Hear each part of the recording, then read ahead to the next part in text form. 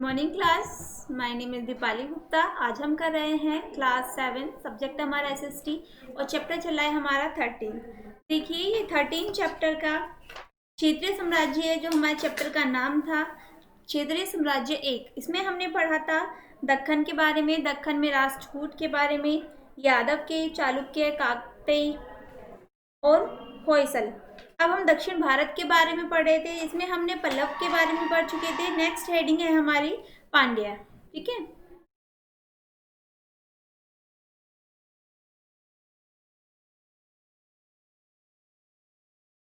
पांड्या।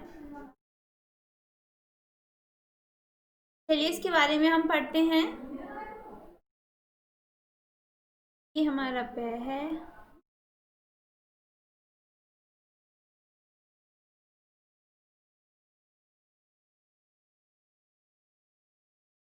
पांड्यों का शासन क्षेत्र मदुरई के चारों ओर के क्षेत्र में विस्तृत था।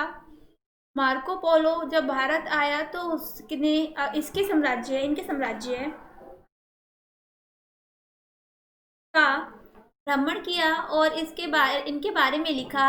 इस राजवंश का अंत 14वीं शताब्दी में हुआ। देखिए इसमें बताया गया है कि जो ये पांडव साम्राज्य था, पांड्य, तो इनका जो शासन था वो कहाँ था? मदुरई के चारों ओर। और इनके शासन का अंत कब हुआ? 14वीं शताब्दी। 14वीं शताब्दी तक इनका ही शासन रहा, लेकिन 14वीं शताब्दी में के बाद इनका साम्राज्य का अंत हो गया। चलिए आगे देखते हैं। अब हम पढ़ेंगे चोल के बारे में। चोल शासन एक महत्वपूर्ण शासन था उस काल का और काफी लंबे समय तक इन्होंने शासन किया। चलिए, चोलों ने लगभग 4 शताब्दियों तक दक्षिण भारत में शासन किया। इनकी राजधानी तंजौर यानी वर्तमान में जिसका नाम है तंजावुर थी। चोल राज्य की स्थापना लाल्य द्वारा की गई थी, किंतु इस राजवंश ने 10वीं शताब्दी में परांतका के नेतृत्व में प्रसिद्धि पाई। चोलों ने राजराज चोल तथा राजेंद्र चोल के शासनकाल में अत्यधिक ख्याति पाई। देखिए इसमें जो महत्वपूर्ण 2 राजा बताए गए हैं चोल के, जिन्होंने चोल के नाम को ज्यादा विकसित किया, वो थे हमारे, एक तो थे राजराज चोल और दूसरे थे हमारे राजेंद्र चोल। अब नेक्स्ट आता है हमारा परांतका। परांतका एक महत्वाकांक्षी शासन था। वह अपनी कमियों को भली प्रकार जानता था। उसने पांड्यों के विरुद्ध युद्ध छेड़ा तथा मदुरई पर कब्जा किया। जब राष्ट्रकूट शासन कृष्ण द्वितीय ने उसे पराजित किया, तब उसने अनुभव किया कि वह तभी शक्तिशाली हो सकता है जब उसकी प्रजा संपन्न हो। इसलिए उसने व्यापार तथा कृषि की ओर ध्यान देना प्रारंभ कर दिया। उसने सिंचाई के कार्यों के लिए टैंक बनवाए तथा नहरें खुदवाई। नेक्स्ट आता है हमारा राजराज चोल। देखिए जैसे कोई इन्होंने उनके टाइम में जो कार्य किए गए थे सिंचाई के लिए टैंक बनवाने और नहरें खुदवाने, तो जैसे कि आपने देखा होगा आज भी जब कोई किसी कार्य को करवाता है तो उसके नाम लिखा जाता है। तो ऐसे ही इन्हीं ये जो हमारे जो भविष्य प्राचीन काल की जो शिलालेख पाई जाती हैं उनसे पता लगाया जाता है कि किसने किस चीज़ का निर्माण कराया या उस साम्राज्य में की अर्थव्यवस्था ये किस प्रकार की थी, उसके बारे में जानने के लिए ये चीज़ें हमें योगदान देती हैं। राजराज चोल एक कुशल सेना नायक व प्रशासक था। उसके पास शक्तिशाली जल सेना तथा थल सेना थी। उसने आंध्र प्रदेश पर कब्जा करके अपने राज्य का क्षेत्र विस्तार किया।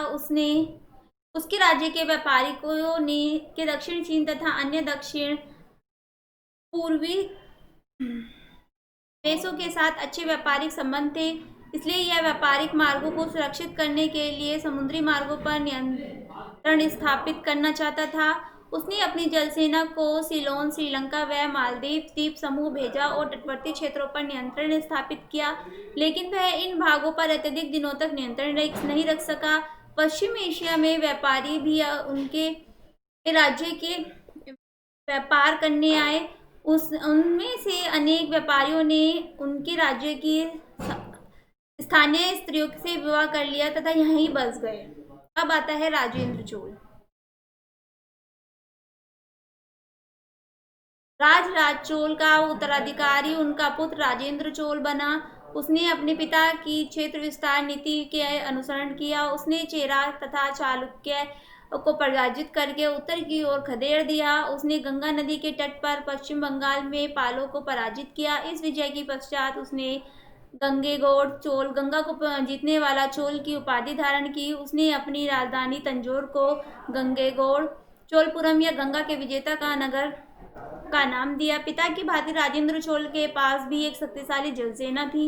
वह भारतीय व्यापारियों के दक्षिण चीन तथा अन्य दक्षिण पूर्वी क्षेत्र देशों के साथ व्यापारिक मार्गों को सुरक्षित करना चाहता था, जिसके लिए उसने दक्षिण पूर्व एशिया में एक साहसिक अभियान चलाया। भारतीय जहाजों को मलका के जलद मरुमध्य के माध्यम से गुजरना पड़ता था, जहां उन्हें श्रीविजय, वर्तमान मलाया प्रायद्वीप तथा सुमात्रा के स्थानीय लोग पकड़ लेते थे। यहाँ भारतीय व्यापारियों को श्रीविजय के व्यापारियों द्वारा परेशान किया जाता था। इस स्थिति से निपटने के लिए राजेंद्र चोल ने अपनी नौसेना को बड़ा श्रीविजय भेजा तथा और वहां से शासक को पराजित किया। इन देशों के साथ व्यापार ने उनके राज्यों को शक्तिशाली व समृद्ध बना दिया। चोल राजवंश के उत्तराधिकारी शासक पड़ोसी राज्यों के साथ निरंतर युद्ध करते रहते थे, जिस कारण धीरे धीरे चोल शक्तिहीन होते चले गए और अंततः 13वीं शताब्दी के अंत में इस राजवंश का पतन हो गया। देखिए, चोल वंश के बारे में हम पढ़ रहे थे। इसमें हमने पढ़ा कि चोल वंश का पतन कब हुआ, 13वीं शताब्दी में। लेकिन जो इसमें राजराज चोल और राजेंद्र चोल कौन थे? जो राजराज के पुत्र थे। इनका नाम ज़्यादा प्रसिद्ध है इनके मतलब कि साम्राज्य को विकसित करने में और साम्राज्य में नई मतलब कि तरक्की करने में। अब आता है प्रशासन। चोल शासक के टाइम पे प्रशासन किस प्रकार का था, किस प्रकार उनका चयन किया जाता था, वो हम इसमें पढ़ेंगे। ठीक है, चलिए प्रशासन के बारे में हम पढ़ते हैं। चोलों ने अपने राज्यों को मंडलम राज्यों में तथा मंडलमों को वालानाडुओं में विभाजित यानी जिलों में विभाजित किया था। प्रशासन की सबसे छोटी इकाई नाडु यानी ग्राम थी। प्रत्येक ग्राम में उर्व सभा थी, जो स्थानीय सरकार का रूप थी। ये समितियों के माध्यम से ग्रामीण जीवन के विभिन्न पहलुओं की देखभाल करती थी।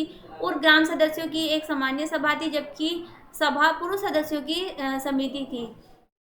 सभा ग्रामों के सभी कार्यों के लिए जिम्मेदार होती थी, जो बहुत सी समितियों द्वारा संचालित की जाती थी, जैसे सिंचाई के लिए सिंचाई समिति, सड़क निर्माण के लिए सड़क समिति आदि। देखिए, इसमें बताया गया है कि चोल के टाइम पे उन्होंने हर चीज़ को छोटे छोटे जैसे राज्यों में बांटा था, फिर जिलों में बांटा, जैसे आज भी बटे हुए हैं, लेकिन उनके नाम अलग है। जैसे उस टाइम पे उन्होंने क्या कहते थे, मंडलम, और जो जिले होते थे उन्हें क्या कहते थे, वालानाडुओ, और जो ग्राम होते थे उन्हें कहते थे नाडु।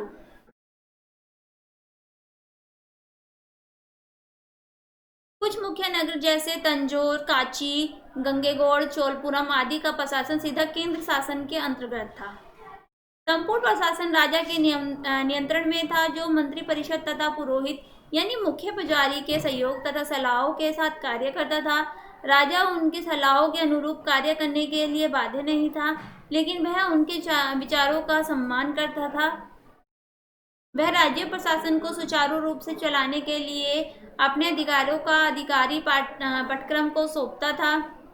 वे अपनी इच्छा अनुसार व्यक्तियों के नाम लिखकर एक कटोरे में डालते थे और आंखें बंद करके उनमें से एक व्यक्ति का नाम निकालते थे। इस प्रणाली चोल शासनकाल के दौरान ग्राम समिति के नेताओं के चुनाव के लिए अपनाई जाती थी। यह प्रणाली कुदावोलोई कहलाती थी। नाम लिखने के लिए कागज के स्थान पर वृक्षों की पत्तियों का इस्तेमाल किया जाता था। नेक्स्ट है हमारा समाज। देखिए, हमने पढ़ा कि जो उनकी अपने नेता की या फिर किसी को चुनते थे ग्राम समिति के नेताओं को, तो उसके लिए वो क्या करते थे, एक कटोरा लेते थे, कागज की पत्तियों पे उनका नाम लिखा करते थे, कटोरे में डालते थे और आंखें बंद करके जो पर्ची वो निकाला करते थे, वही उनके ग्राम मतलब कि नेता चुना जाता था। अब हम समाज के बारे में पढ़ते हैं।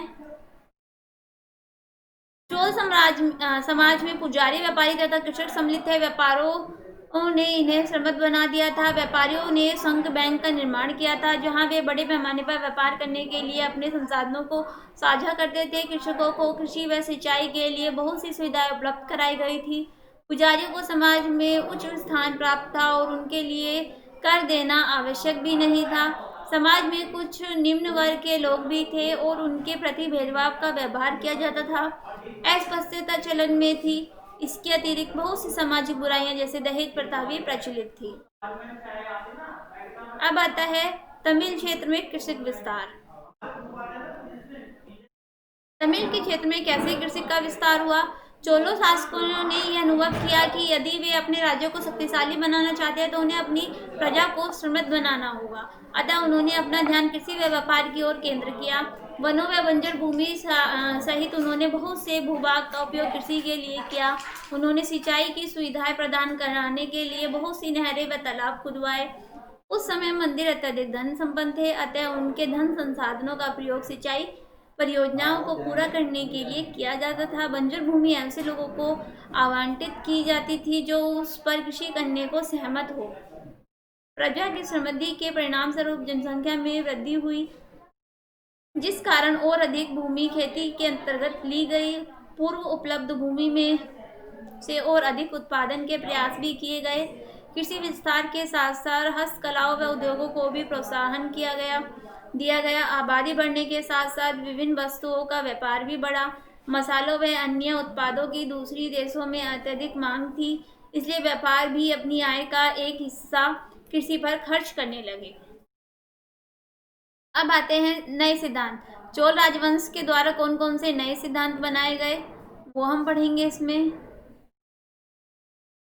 चोल राजवंश में जनसंख्या मुख्य रूप से हिंदू थी, जो दो संप्रदायों अलवर व नायनार में बटी थी। अलवर भगवान विष्णु के तथा नायनवार भगवान शिव के अनुयायी थे। इसी समय भक्ति नामक नया सिद्धांत भी अस्तित्व में आया, जिसने लोगों के मन में ईश्वर के प्रति निस्वार्थ प्रेम व लोगों के प्रति दया की भावना जागृत की। रामानुज व माधव इस सिद्धांत के समर्थक थे। शंकराचार्य ने अद्वैत के एक नए सिद्धांत का प्रतिपादन किया, जिसके अनुसार ईश्वर एक है। उनके अनुसार ईश्वर की प्राप्ति ज्ञान के द्वारा ही की जा सकती है। शंकराचार्य ने संपूर्ण देश का भ्रमण किया और भारत की चारों दिशाओं में 4 शिक्षा केंद्र व तीर्थ के केंद्रों, उत्तर में बद्रीनाथ, दक्षिण में सरीनगरी, पश्चिम में द्वारका तथा पूर्व में पुरी की स्थापना की। ये आज भी धार्मिक ज्ञान व तीर्थ के केंद्र हैं। इन समय का एक अन्य सिद्धांत लिंगायत था। इसके समर्थक बसव थे। इन्होंने शिवलिंगम, भगवान शिव के लिंग की अर्चना करने की शिक्षा प्रदान की। ये सिद्धांत आज भी भारत में प्रचलित है। वे लोगों के जीवन को प्रभावित कर रहे हैं। अब देखिए, हम चोल वंश के बारे में ही पढ़ रहे हैं। अब हम पढ़ेंगे उनके साहित्य, शिल्पकला तथा वास्तुकला के बारे में। चोल शासकों ने जीवन के सांस्कृतिक पहलू की ओर भी ध्यान दिया था। नंबर 1 है हमारा साहित्य।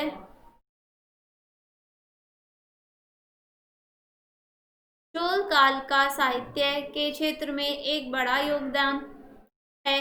संस्कृत के बहुत से लेखों को वहाँ की साधारण भाषा तमिल में रूपांतरण किया गया। इन लेखों में रामायण, महाभारत तथा अन्य पुराण सम्मिलित थे। नन्य ने महाभारत के कई भागों का तमिल रूपांतरण किया। तमिल व कन्नड़ में मूल साहित्य भी लिखे गए। पंपा, पोन्ना व रन्ना कन्नड़ के 3 प्रसिद्ध कवि थे और वे कवि कन्नड़ साहित्य के 3 रत्न के नाम से जाने जाते हैं। लिंगायत का सिद्धांत लोगों में बहुत प्रचलित हुआ, क्योंकि इसकी शिक्षा जनसाधारण की भाषा में दी गई थी। इन क्रियाकलापों के परिणाम स्वरूप तमिल, कन्नड़ तथा तेलुगु भाषाओं का विकास हुआ। अब आता है शिल्पकला।